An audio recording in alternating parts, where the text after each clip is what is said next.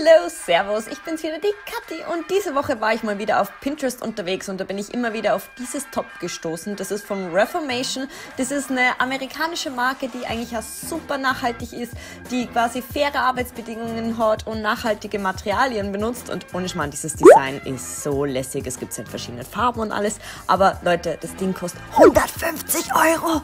Oh mein Gott! Und das ist ja auch voll okay, wenn die ganzen Arbeitsbedingungen und alles passen. Aber ich kann mir sowas never ever leisten, vor allem dann nur mit den Shippingkosten und sowas.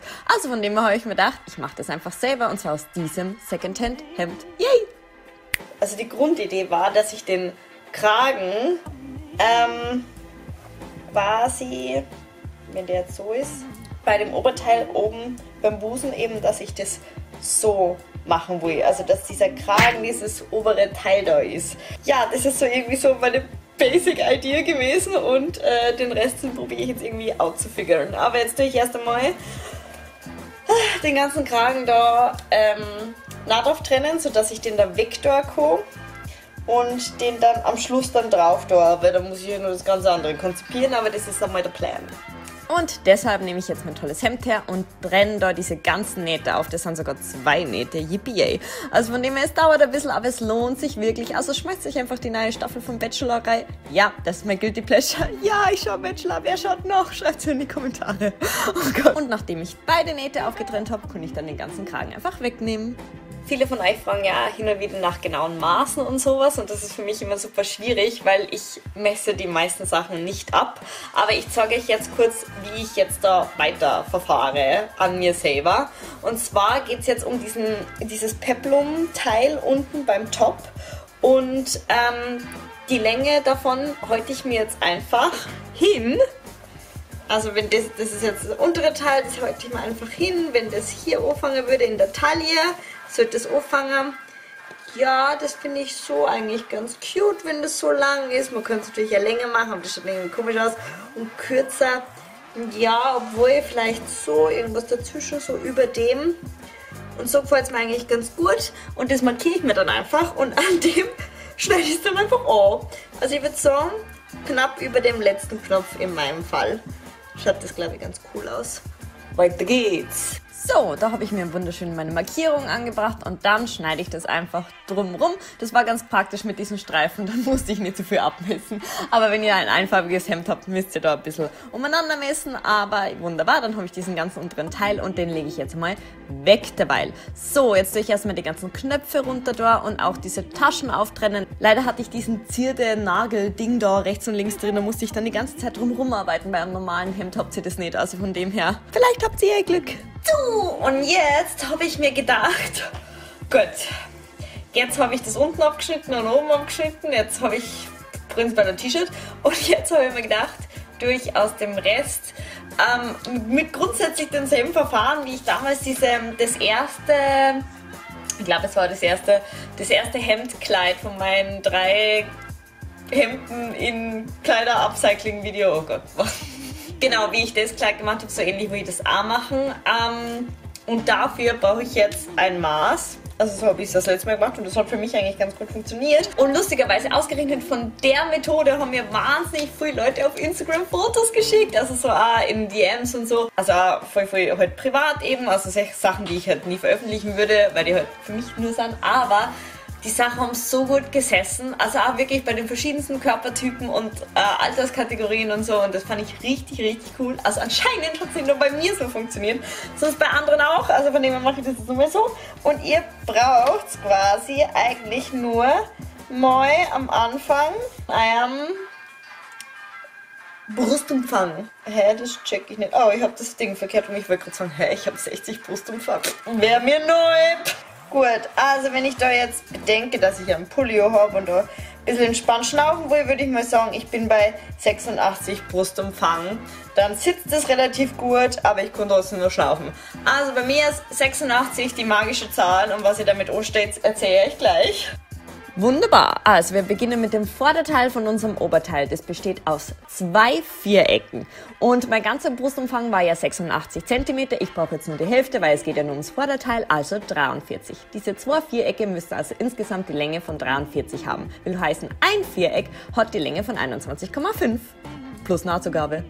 Da müsst ihr über einen Busen ansetzen und zwar so weit oben, wie ihr quasi einen Ausschnitt haben wollt. Ja? Wenn ihr den sehr knapp haben wollt, eher weiter unten. Wenn ihr einfach ein bisschen mehr bedeckt haben wollt, einfach weiter oben. Dann über die Brustspitze drüber und dann bis zu eurer Taille. Ja? Ab dem, wo halt quasi dieses Peplum-Ding dann weggehen soll, da solltet ihr stehen bleiben. Ihr möchtet aber den Ausschnitt ein bisschen niedriger. Ihr müsst jetzt da nicht eurer gesamten Brustform genau entlang gehen. Das muss nicht sein. Aber trotzdem drüber spannen. Bis hier etwa bei mir. Das ist dann 22. Und 22 ist auch die Höhe von unserem Viereck. Also 21,5 unten. An 22 oben, dann lege ich es in die Hälfte, das ist immer nur 22 und das ist jetzt etwa 11 cm. Jeweils immer plus Nahtzugabe. Wir sind wieder da. Jetzt braucht ihr die zweite Maßeinheit und zwar eure Taille, also der schmalste Teil beim Oberkörper. Und da habe ich ja ziemlich, wow, das ist super akkurat mit dem Pulli. Bitte macht es, wenn ihr nackert seid, okay? Oder am besten mit dem BH, den ihr dann am meisten anhabt. Habe ich das schon wieder verkehrt rum? Ich würde sagen, damit ich da ein bisschen gemütlich atmen kann und sowas, würde ich mal 70 nehmen. Also mein Umfang, das war auch schon mal weniger. Also okay, meine magische Zahl ist jetzt in dem Fall 70. So, hier habe ich jetzt einmal diesen 1 cm Nahtzugabe eingezeichnet. Dann markiere ich da mir meine 11 cm, das ist quasi meine Brustspitze, da wird dann der Busen entlang laufen und da unten eben die Taille. Deshalb nehme ich mein Taillenmaß, das ist 70, das nehme ich durch 8 und dann habe ich quasi aufgerundet 9 cm. Und das kann ich dann so verbinden zu so einer S-Kurve, so wie so ein Fragezeichen und dann habe ich quasi meinen Busen und meine Taille. Tada! Genau, also hier 11 und hier 9. Natürlich nur mit Nahtzugabe. Und das tue ich dann einfach zusammenpinnen und entlang nähen. Und weil ich das beides doppelt brauche, weil ich möchte natürlich auch nur ein Futterteil haben, muss ich jetzt auch nur die Ärmel hernehmen, weil mir reicht der Stoff nicht wegen diesem blöden Nagel da vorne. Wurscht. Auf jeden Fall habe ich dann zwei rechts und zwei links. Nachdem ich das dann zusammengenäht habe und die Nahtzugabe quasi zurückgeschnitten, tue ich das dann auseinanderbügeln. Und dort jetzt wirklich schön reingehen von allen beiden Seiten und vor allem die Rundung, wo der Busen dann später reinkommt, soll richtig schön auseinandergebügelt werden. Das schaut dann so aus. Genau, das habt ihr dann 2 Teile rechts und 2 Teile links. Dann müsst ihr nur bei beiden Teilen so einen Herzausschnitt reinschneiden. Das mache ich einfach Pi mal Daumen mit meinem Augenmaß und nehme dieses Ding dann als Vorlage her für die anderen Teile. Genau, und da braucht ihr wieder 2 rechts und 2 links und dann habe ich hier nur 2 Bügeleinlagen, die kommen auf meine Futterteile drauf, weil ich nicht will, dass die von außen irgendwie sichtbar sind. Und deshalb bügele ich die quasi mit Nahtzugabe natürlich wieder auf die Innenteile drauf, wo später dann diese Ösen reinkommen sollen und ich möchte halt nicht, dass das aufsplittert. Dann tue ich rechts auf rechts ein Vorder- und Rückteil zusammenlegen und da vorne zusammennähen, weil dann kann ich das dann so rüberklappen, tak, tak, tak, nochmal glatt bügeln und dann habe ich quasi mein rechtes Vorderteil und mein linkes Vorderteil plus Futter schon zusammengenäht. Und bevor ich da jetzt weitermache, da vorne da wird diese Schnürung reinkommen, ja, und damit ich dann eben meine ganzen Busen quasi herzeige, mache ich da so eine Flappe rein, keine Ahnung, wie man das nennt, aber das hat das Original auch. Und quasi, dass das da so ein bisschen das Hautding da bedeckt. Und da nehme ich quasi den Restteil von einem von diesen Ärmeln. Da muss ich da wieder mal ein bisschen Seam-Ripping machen. Und das zuschneiden. Oh Mann. Und dann die Seiten zweimal umklappen, drüber nähen. Und dann tue ich es auf die Innenseite einfach so annähen. Genau, und das tue ich einmal umschlagen und dann doppelt drüber nähen, damit quasi die Nahtzugabe dann nicht mehr sichtbar ist und ich dann diese Flappe habe, die das dann ein bisschen covert. Genau, und das ist wichtig, dass ihr das jetzt macht, weil jetzt könnt ihr die Teile nur auseinanderlegen. Quasi hier seht man, wie ich einmal den wunderschönen Stich mache und dann zweites Mal und dadurch mich zum Beispiel einfach orientieren, dass der Nähfuß immer an der ersten Naht anliegt, weil dann habe ich ein super paralleles Ergebnis. Kleiner Trick 17 von mir. Und danach kann ich das da oben einfach mal zusammennähen. Das mache ich jetzt nur einfach so als Hilfe, damit mir das nicht immer auseinander flutscht. Dann durch den Kragen in der Hälfte teilen und dann durch den Kragen, also da sage ich jetzt mir das rechte und das linke Oberteil einfach zwischen den Kragen sandwichen. Genau. Oh, es gibt Leute, die sind super getriggert, wenn ich Sandwiches sage, aber ich liebe dieses Wort, also sandwichen. Also ich habe das dann einfach zusammengenäht und jetzt bin ich auch schon bei der Rückseite, die wo ich doppelt nehmen und das geht sich bei mir Gott sei Dank aus, aber ich hatte ein sehr kleines Hemd, also da müsst ihr ein bisschen schauen, ob das bei euch sich ausgeht, dass ihr das doppelt nehmen könnt. Da sagt ihr, hey, das geht sich doch gar nicht aus, Kathi, aber wenn wir das dann schräg nehmen, wird sich's ausgehen, also yay! Okay, warum nehme ich das schräg? Ja, das ist genau das gleiche Ding wie oben. Ich habe oben wieder meine 43 cm, das ist die Hälfte von meinem Brustumfang und unten habe ich die Hälfte von meinem Taillenumfang, das wären 35. Und dadurch habe ich dann ein Trapez. Oh mein Gott, ich habe in Mathe aufgepasst, das ist ein Trapez, oder? Das wäre jetzt echt peinlich. Ich glaube, es ist ein Trapez. Und dann schneide ich das einfach ab, mit Nahtzugabe natürlich wieder. Und dann klappe ich diese Nahtzugabe rechts und links nach innen, bügel das um und kann das Vorderteil da vorne rein sandwichen. Das fand ich in dem Fall die entspannteste Methode, wegen den Kragen da oben und alles. Deshalb wollte ich das nicht irgendwie rechts auf rechts machen. Well, okay, jetzt tue ich das noch ein bisschen begradigen da unten.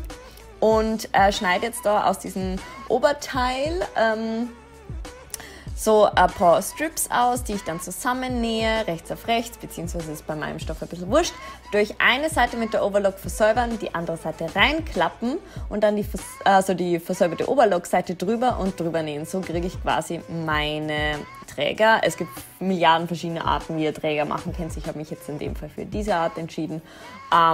Ja, weil es für mich die schnellste Art und Weise war.